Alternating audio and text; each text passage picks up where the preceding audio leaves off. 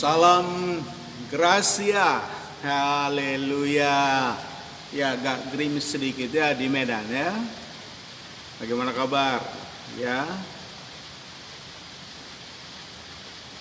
Semua jemaat, saya percaya di tengah situasi dan keadaan di sekitar kita pada hari ini, tetap jadikan itu menjadi kesempatan untuk memotivasi kita untuk makin merapat dengan Tuhan, makin dekat dengan Tuhan.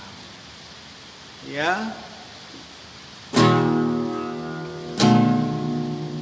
Puji Tuhan.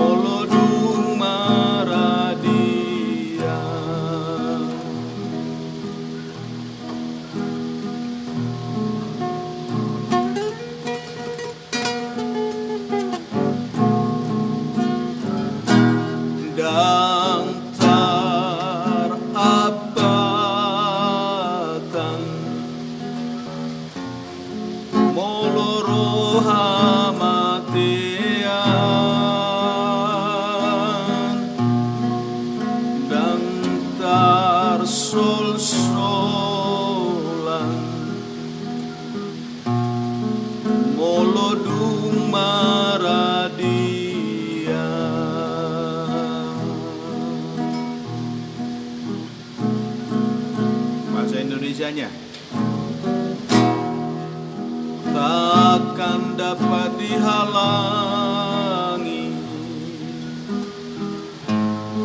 bila datang kematian,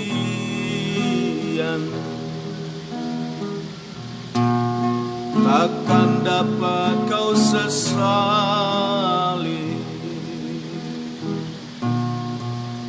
jika kelak kau beristirahat.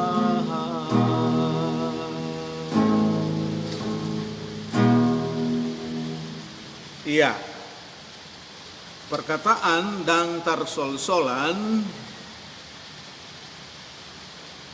molodung rohamatean, artinya apa?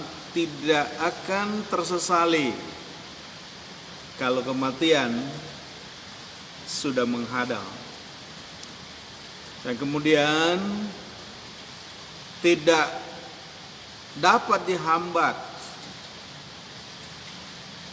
jika waktu rest in peace, beristirahat dengan tenang, sudah datang. Tadi saya sudah tulis itu di dalam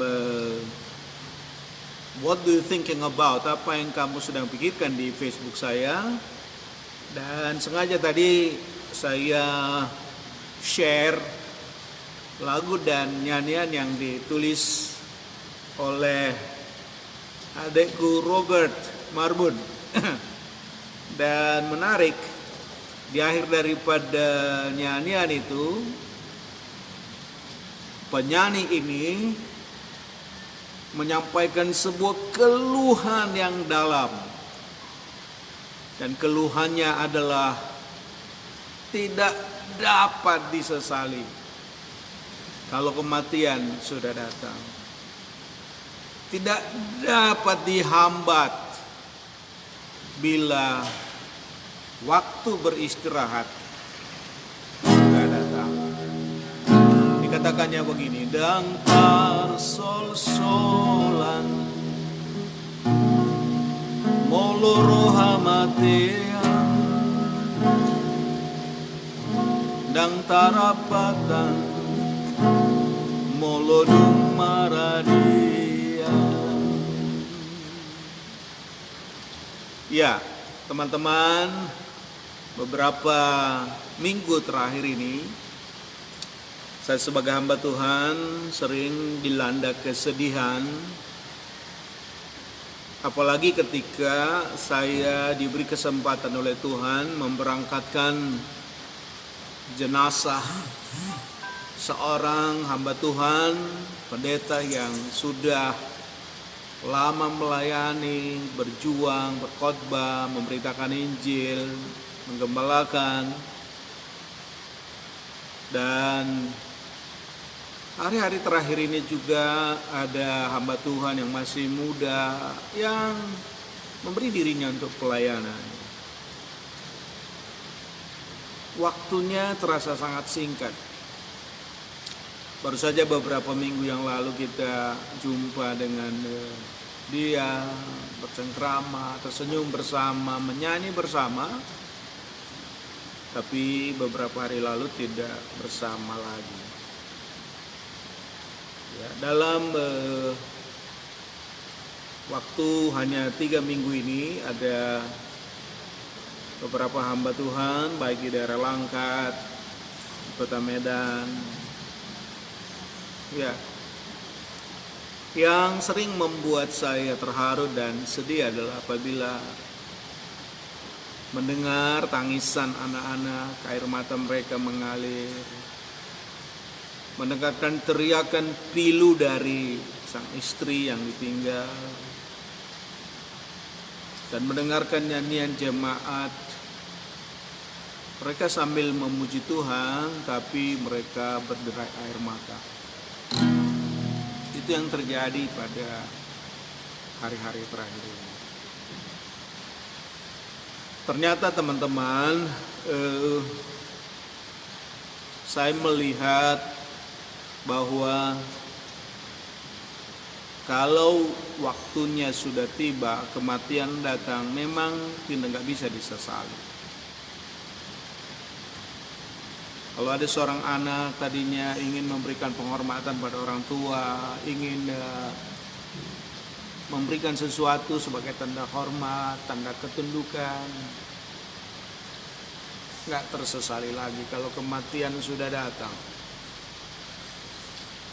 Kalau kematian sudah datang, tidak ada yang bisa menghambat. Itu yang saya lihat sedang terjadi pada akhir-akhir ini. Apalagi di masa-masa yang mencekam hari-hari ini, setiap orang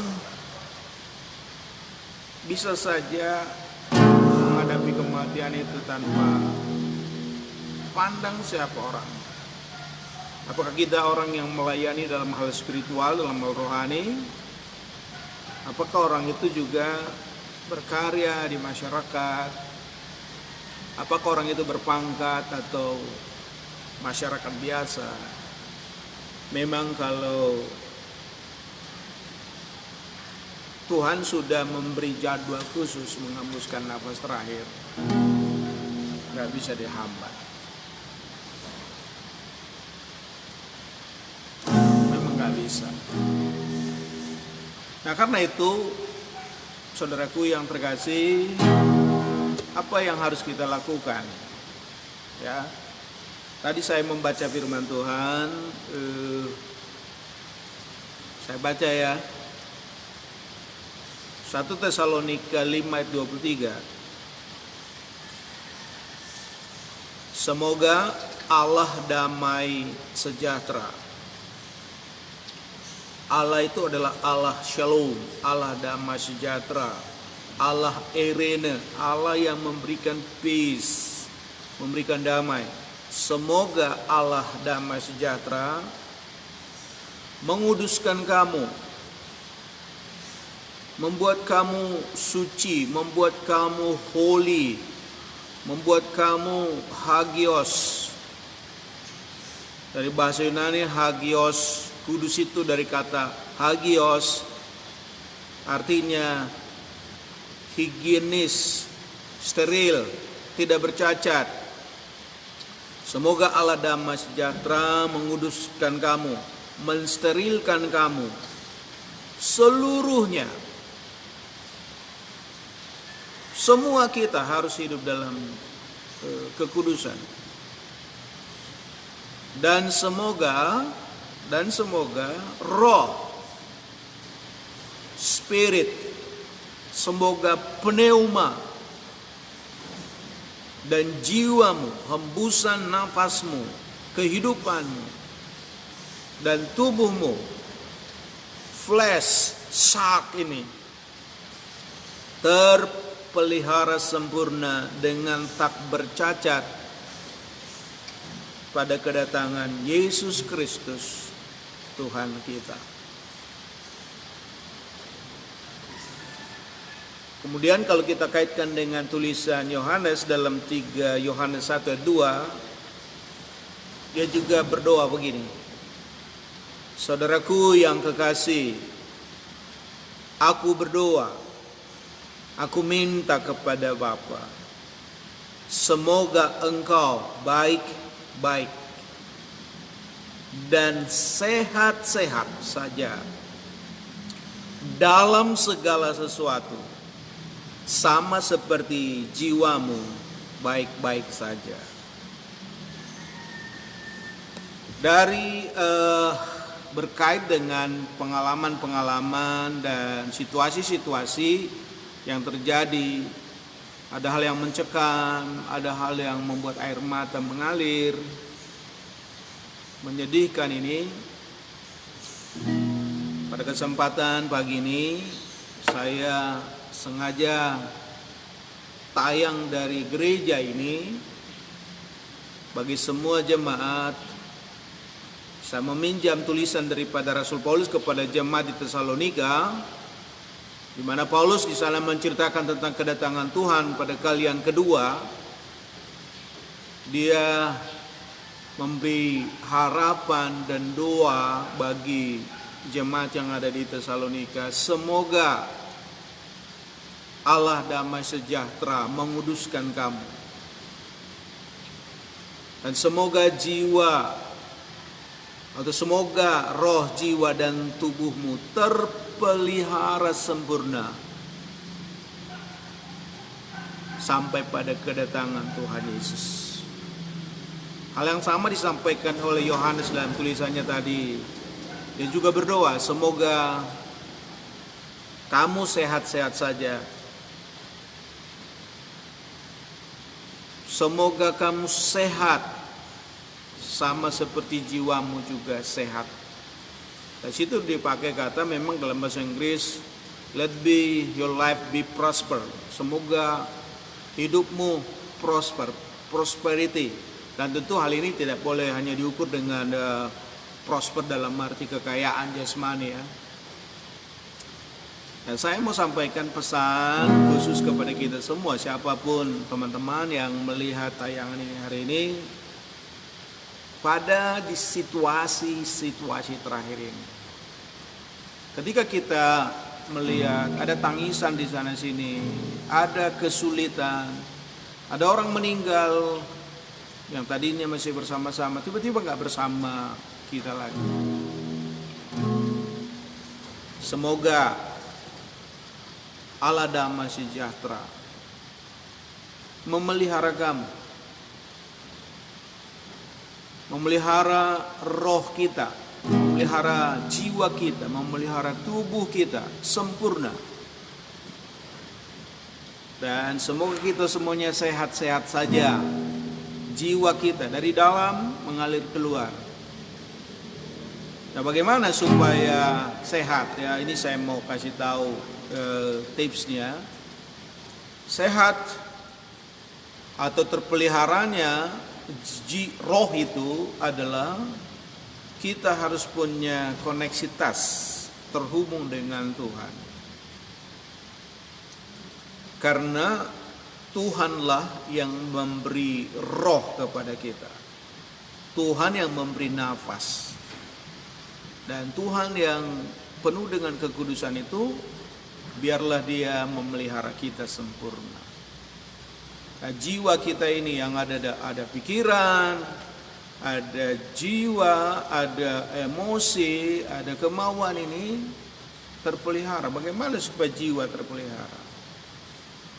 Selain kita connect secara roh dengan Tuhan, lalu kita juga harus terconnect dengan firman, terconnect dengan pengetahuan-pengetahuan tentang Tuhan, tentang dunia ini, dan tentang bagaimana kita hidup bukan hanya di sini.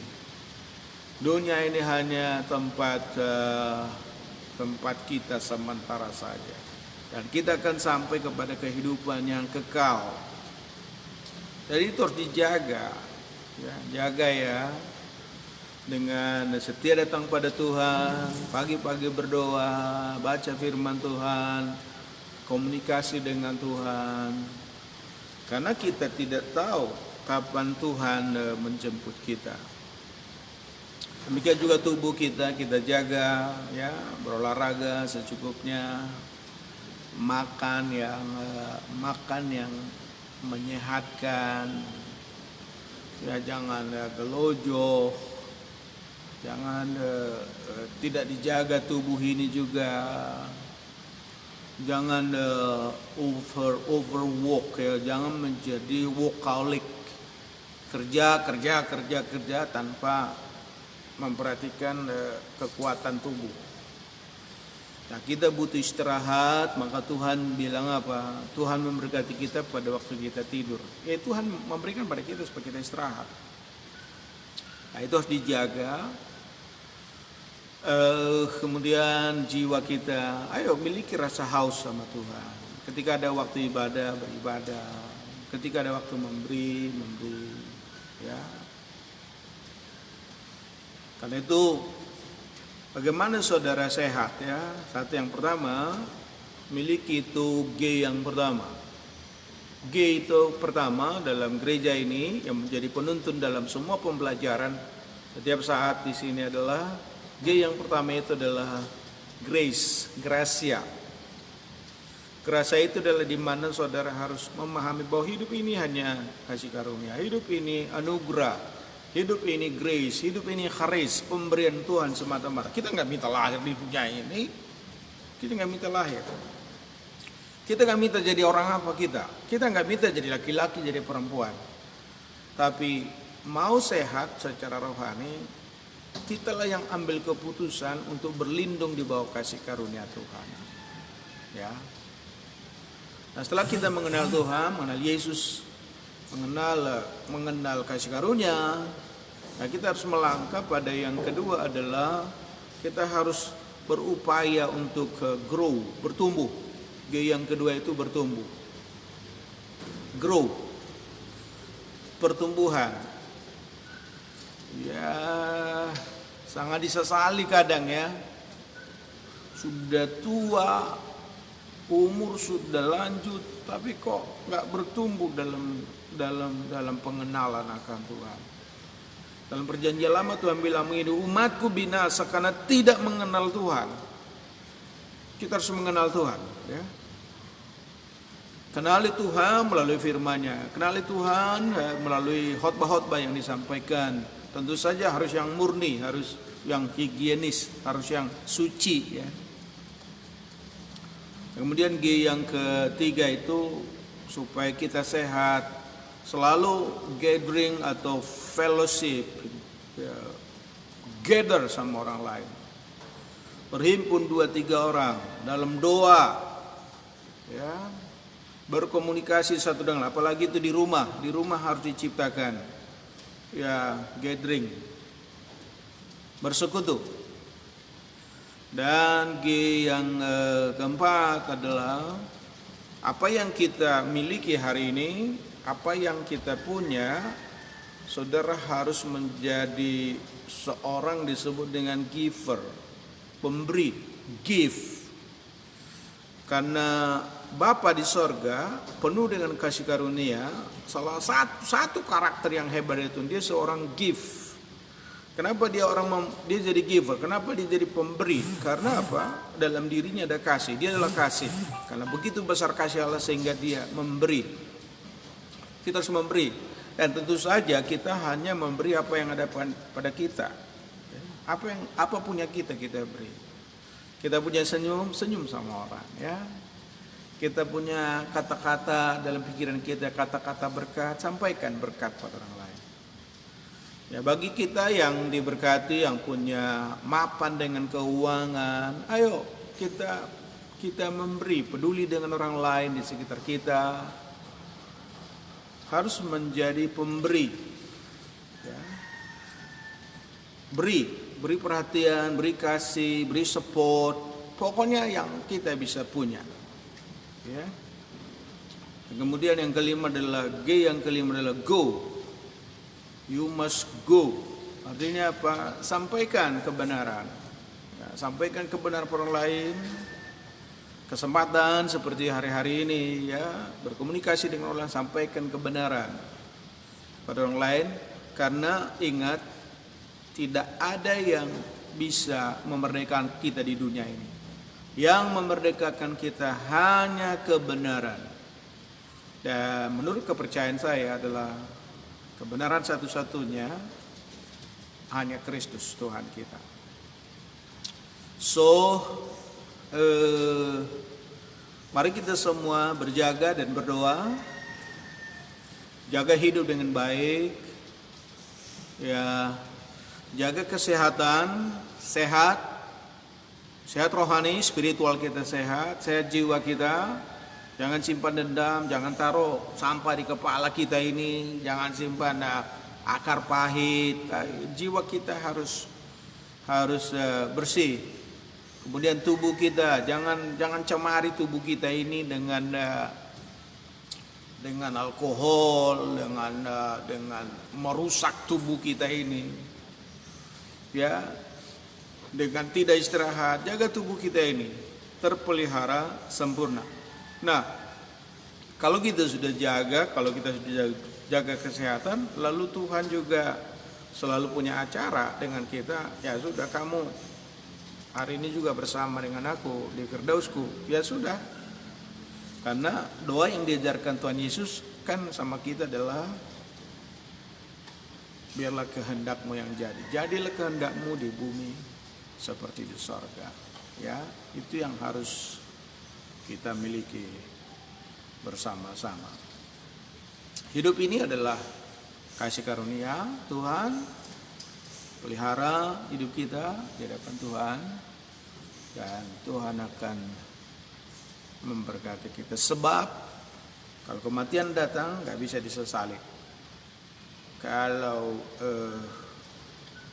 kematian datang, itu kita tidak bisa hambat sama sekali. Kiranya pesan Tuhan hari ini membuat saudara berjaga dan berdoa dan setia sama Tuhan. Tuhan memberkati, ya.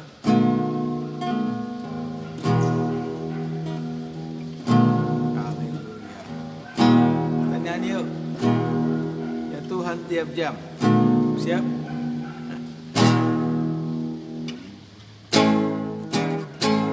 Ya Tuhan tiap jam ku memerlukanmu. Engkaulah yang memberi sejahtera penuh setiap jam, ya Tuhan. Dikau ku perlukan, ku datang juru selamat, berkatilah.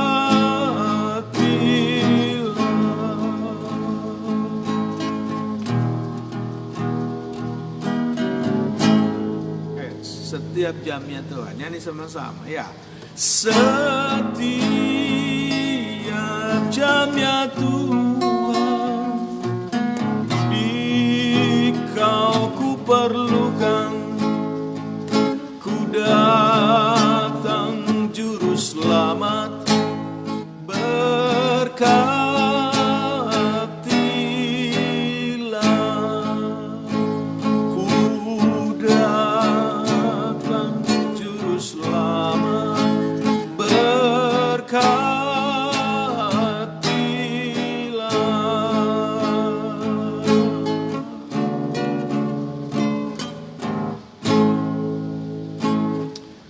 memberkati semua teman-teman dan berkati semua jemaat pada hari ini. Dan setiap mereka yang mengambil keputusan jamaah mereka, Tuhan, biarlah Kristus berdiam dalam hati mereka. Mereka meninggikan Kristus dan mereka menjaga hubungan dengan Tuhan Yesus, menjaga tubuh, menjaga jiwa, menjaga roh senantiasa. Terpuji nama Tuhan, dalam nama Yesus kami berdoa. Haleluya. Tuhan Yesus memberkati. Sampai jumpa pada kesempatan yang akan datang. Tuhan Yesus memberkati.